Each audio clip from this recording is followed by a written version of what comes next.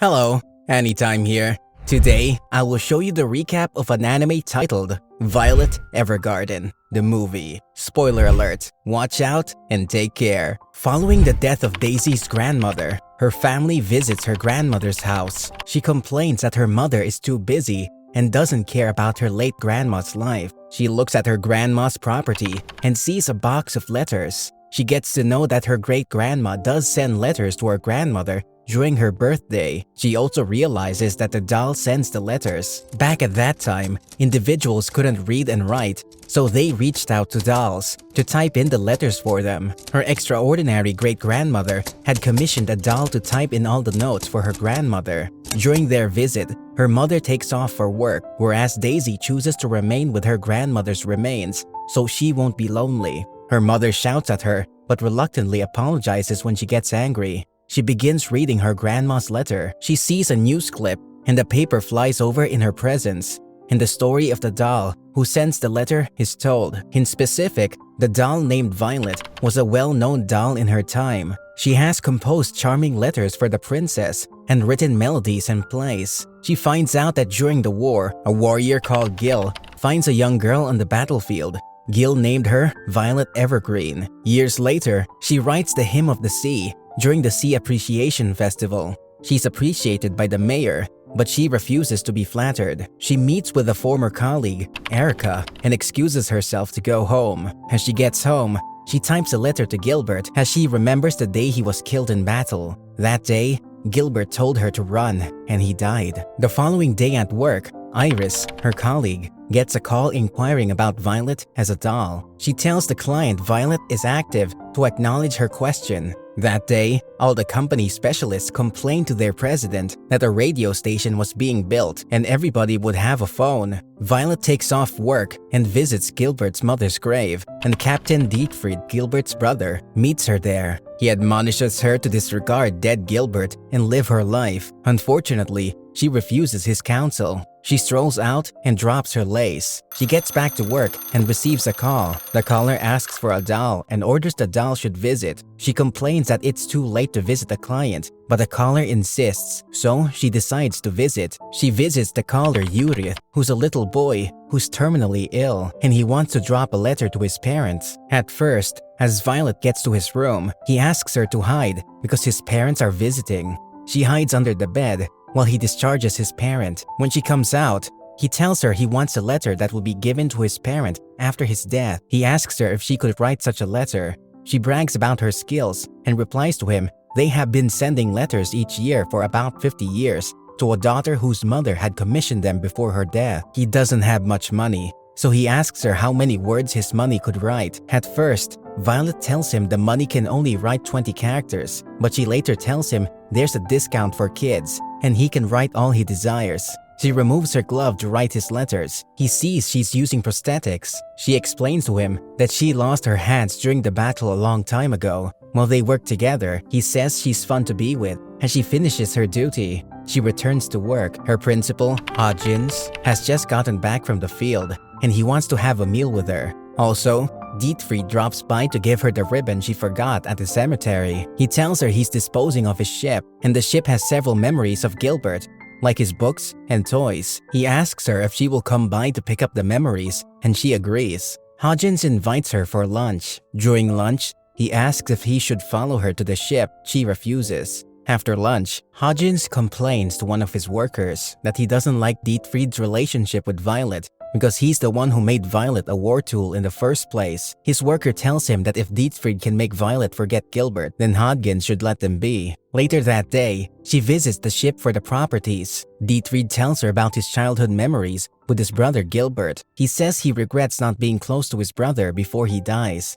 She replies that although she can't pretend to understand the sibling love, she also knows what it means to wish you did things better. Dietfried apologizes for telling her to forget Gilbert and comments that he finds it difficult to forget him too. After leaving the ship, she goes to the hospital to meet Yuris. She asks him to tell her how he felt when his younger brother, Shiloh, was born. Yuris narrates that he initially felt happy to have a brother, but he later started feeling like his brother was out to get his parents from him. She notices that Yuris isn't speaking from his heart She tells him this, and he's shocked as to how she knew. She informs him of her experience in letter writing, and she says that the words can be felt too. She finishes the letter and shows him. She makes him a pinky promise to him that the letter will be delivered. However, before she leaves, he asks her if he can write another letter to his best friend, Ryuka. She offers to help him, but she advises him that he should say anything he wants to physically, as he will not regret expressing himself. She recounts how she regrets not expressing herself better to Gilbert. As she tells her story, he asks if Gilbert is dead, but she replies that she believes Gilbert is still alive. Yuris says he finds it challenging to look at Ryuka because he already looks like a shadow, so she agrees to write the letter for him without a fee. She visits the next time to write the letter. Ryuka, who has been sneaking into the hospital to see Yuris, sees her on her way into the room she entered. At work, Hodgins is asked to clear up letters with an incomplete receiver address. As he checks all the notes, he sees one written in Gilbert's handwriting. He takes the letter to Dietfried, who initially thinks he's there for Violet. They have an altercation, but he informs him he's there because of the letter and gives the letter to Dietfried and asks him to research more on it. Hodgins stops by Violet's house and tells her about his discoveries. With Daisy, her mother returns, but she doesn't meet her at home. Daisy's letter says she's visiting Leiden and will be home soon. At Leiden, Daisy visits the postal office, but the office is empty. She goes to the typewriter and wonders where Violet is after she stops working there. An older woman greets her. She tells her she once worked as a receptionist at the postal office, so she could ask her any questions. Daisy sees stamps and asks where it's from. The woman tells her the stamps are from Èvergarden Island. At Èvergarden Island, the villagers do a memorial for their lost ones. After the memorial, two villagers talk about the fact that the ceremony is meant to appreciate the sea. Still, it's now a memorial for villagers who do not return from war. They talk about the hymn of the sea Violet wrote. Hodgins and Violet travel to the letter's address, Èvergarden Island, to find Gilbert. She writes a note on the ship and sends it out. As they get there, Hodgins asks her to stay outside while he goes to check for Gilbert. He's welcomed by three kids who scare him with a one-legged grasshopper. The kids go to scare Violet too, but she isn't scared. She comments that the grasshopper has one leg, and the pupils tell her it's just like their teacher Gilbert, who has just a leg. She immediately knows that Gilbert is Gilbert, and she asks the kids to tell her more about him. Hodgins finds Gilbert, who asks him why they're there. He tells him his name is now Gilbert. He says he was taken to a hospital after the war. He helped out at the hospital, but after a while, he decided not to go back home, and he chose to wander around. Hodgins asks him if he knows Violet is alive. He says yes, but he doesn't want to meet Violet again because he has always caused her pain. He asks Hodgins to leave as he has to help the people of Èvergarden Island since all their men have gone to war. Outside the hospital, Violet remembers her memories with Gilbert. Hodgins returns to tell her Gilbert doesn't want to see her. She stays in the rain, knocking on his door. She tells him she wouldn't leave unless he sees her, but he refuses to see her. He reminds her of when he took her to war at a young age and made her lose both hands. She also realizes that seeing him will cause pain, so she leaves. They stay at the postal office that night, where she receives a call from the hospital that Yuris is dying and needs the doll.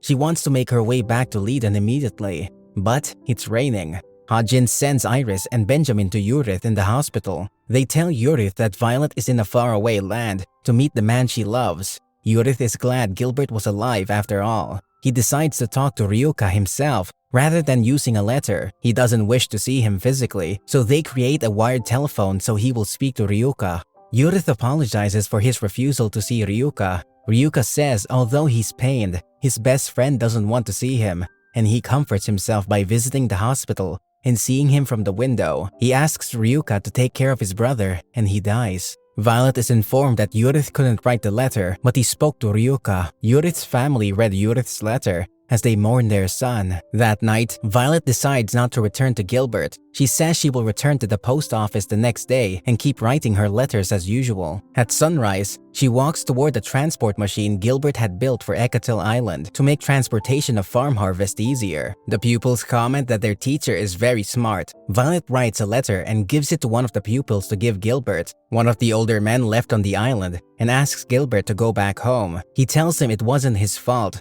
that all their able men died at the battle. but Gilbert refuses to leave the island. His brother comes by. He asks him why he didn't come to their mother's funeral. He tells him Violet had been visiting every month on his behalf. He also gets Violet's letter. As he reads it, he becomes emotional. He remembers all his memories with her and runs to catch up with her ship. He screams her name. As she hears his voice, she jumps down from the ship and swims to him. She tells him she loves him, and he asks her to live with him forever. Violet returns to Leyden, finishes all the jobs she had at that moment, and goes to stay with Gilbert on the island. She takes on the post office on the island. After Daisy hears the story, she goes to the island. She visits the school and goes to the post office. She's told about Violet again. Then she decides to write a letter to her mother and express her feelings. She ended her letter by telling her her mother loves her. Thank you for watching the recap. Please subscribe to our channel to get notified when we post the next recap. See you next time.